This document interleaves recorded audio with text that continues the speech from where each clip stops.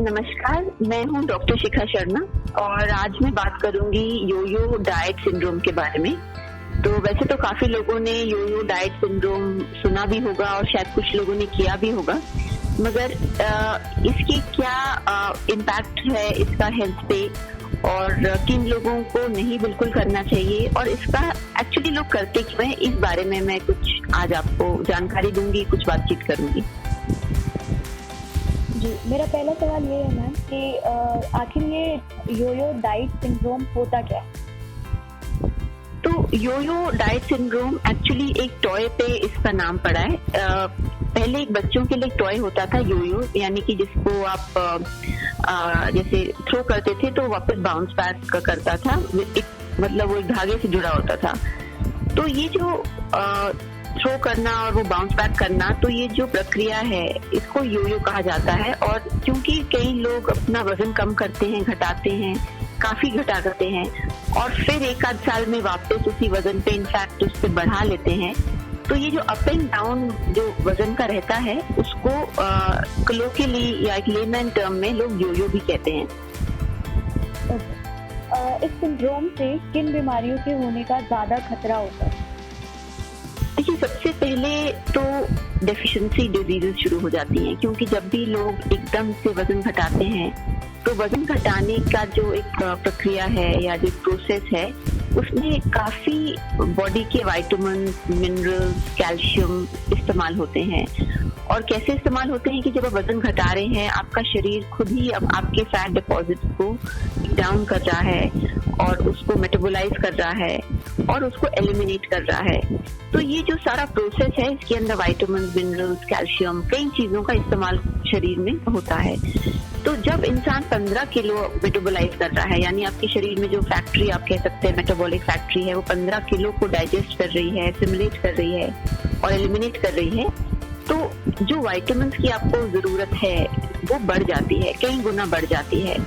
मिसाल के तौर पे जैसे B12 बढ़ जाता है, उसको ज्यादा लेना होता है, विटामिन C बढ़ जाता है, प्रोटीन की मात्रा आपको ज्यादा लेनी होती है, मिनरल्स की मात्रा कैल्शियम, मैग्नीशियम, फास्फोरस, जिंक, इन फोलिक एसिड विटामिन है जो। तो लोग आमतौर पे क्या करते हैं कि वजन को जब घटाते हैं तो विटामिन और मिनरल्स को भूल जाते हैं, क्योंकि उनको जो ज्यादा लेने हैं अपनी डाइट में बढ़ाने हैं वो बिल्कुल भूल जाते हैं, इनफैक्ट कम लेते हैं। क्योंकि नॉर्मली लोग डाइटिंग में खाने को कम कर लेते हैं, जबकि वो साइंटिफिकली गलत है और वो मैं आगे बताऊंगी कि साइंटिफिकली सही डाइट क्या है। तो एक तो डेफिशिएंसीज हो जाती हैं और उन डेफिशिएंसी से स्किन डिसऑर्डर, हेयर फॉल और ड्राइनेस ऑफ स्किन हो जाता है। कई स्किन डिसऑर्डर बढ़ भी जाते हैं, विटामिन डी डेफिशिएंसी भी कई लोगों में आ जाती है। जो हार्ट है वो उसकी जो स्ट्रेंथ है वो कमजोर हो सकती है, स्पेशली अगर आप मिनरल्स सही से नहीं ले रहे हैं। इसी तरीके से जैसे आपकी बोन्स में से कैल्शियम का लॉस बहुत बढ़ सकता है, बिकॉज मेटाबॉलिज्म के दौरान कैल्शियम की रिक्वायरमेंट होती है, तो ऑस्टियोपोरोसिस भी हो सकती है। कई लोगों को मसल लॉस काफी तेजी से हो जाता है और मसल लॉस की वजह से जो बैक प्रॉब्लम शुरू हो जाती है फर्स्ट टाइम। तो नॉर्मली लोग ये समझते हैं कि अगर हमने स्टार्वेशन करके वजन घटा लिया तो शायद हम हेल्दी हो गए, तो ये एक्चुअली गलत धारणा है। वजन और हेल्थ का तालमेल एक तरह है, मगर अगर हमने गलत तरीके से वजन घटाया है तो एक्चुअली वो नुकसानदायक होता है। फिर जब लोग बढ़ाना शुरू करते हैं, नॉर्मली लोग क्या करते हैं कि अपने को स्टार्व करके वेट को एक नंबर तक तो ले आते हैं, but slow starvation diet naturally एक लिमिट के बाद इंसान कर नहीं सकता। और फिर वो रादर देन ईटिंग हेल्दी या रादर देन कि वो अपनी डाइट में हेल्दी चीजों का इस्तेमाल करे या हेल्दी चीजों का चॉइस करे, वो वापस अपने समोसे, पराठे, ब्रेड, चीनी, इन सब डाइट प्लान में चला जाता है, यानी बैड हैबिट्स वापस से अपना लेता है और फिर तेजी से वजन बढ़ता है। और जब ये तेजी से वजन बढ़ता है इसका और नुकसान होता है आपके मेटाबॉलिज्म पे, इंसुलिन पे, आपके हेयर पे, आपके हार्ट पे, आपकी किडनी पे। तो जो ये बार बार यो-यो सिंड्रोम करते हैं, मैंने देखा उनके एक तो दांतों पे बहुत बुरा असर होता है, उनके दांत वीक हो जाते हैं, उनकी बाल वीक होते हैं, कई बार उनकी आईसाइट कमजोर हो जाती है। लेडीज हैं, गर्ल्स हैं, उनकी जो साइकिल्स हैं, मेंस्ट्रुअल साइकिल्स, वो बिल्कुल इम्बैलेंस हो जाती हैं। एंड ऑफ कोर्स कई लोगों को गॉल ब्लैडर में स्टोन्स आने शुरू हो जाते हैं, किडनी में कई लोगों को स्टोन्स आते हैं क्योंकि उन्होंने स्टार्वेशन करी है। तो कई तरह की प्रॉब्लम्स आती हैं योयो सिंड्रोम से। जी, और मैम इसमें डाइट को हम कैसे मैनेज करें? देखिए, फंडामेंटली अगर आपको अपने शरीर में फैट की मात्रा नॉर्मल रखनी है, जो कि लेडीज के लिए 18 से 25% माना गया है और जेंट्स के लिए अप टू 18 और 19% माना गया है, तो आपको 3-4 चीजों का जिसको हम थंब रूल कहते हैं या एक बेसिक रूल कहते हैं, वो फॉलो करना है। पहली बात, डाइट में सैलेड्स का होना बहुत जरूरी है।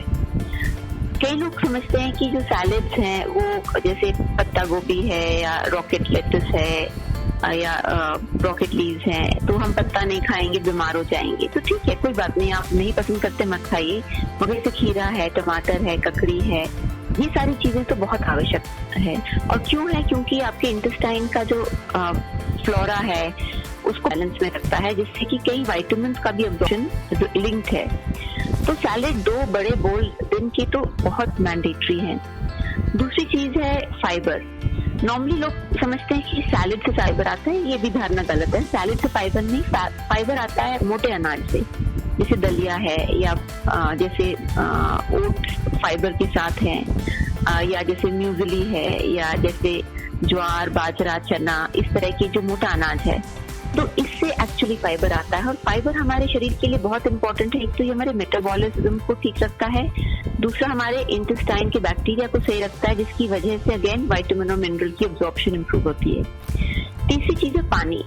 शहरों में लोग पानी ही कम बहुत पीते हैं, मतलब क्योंकि एयर कंडीशन में रहते हैं और चाय कॉफी रहती है, तो जो 2.5 से 3 लीटर पानी लोगों को पीना चाहिए।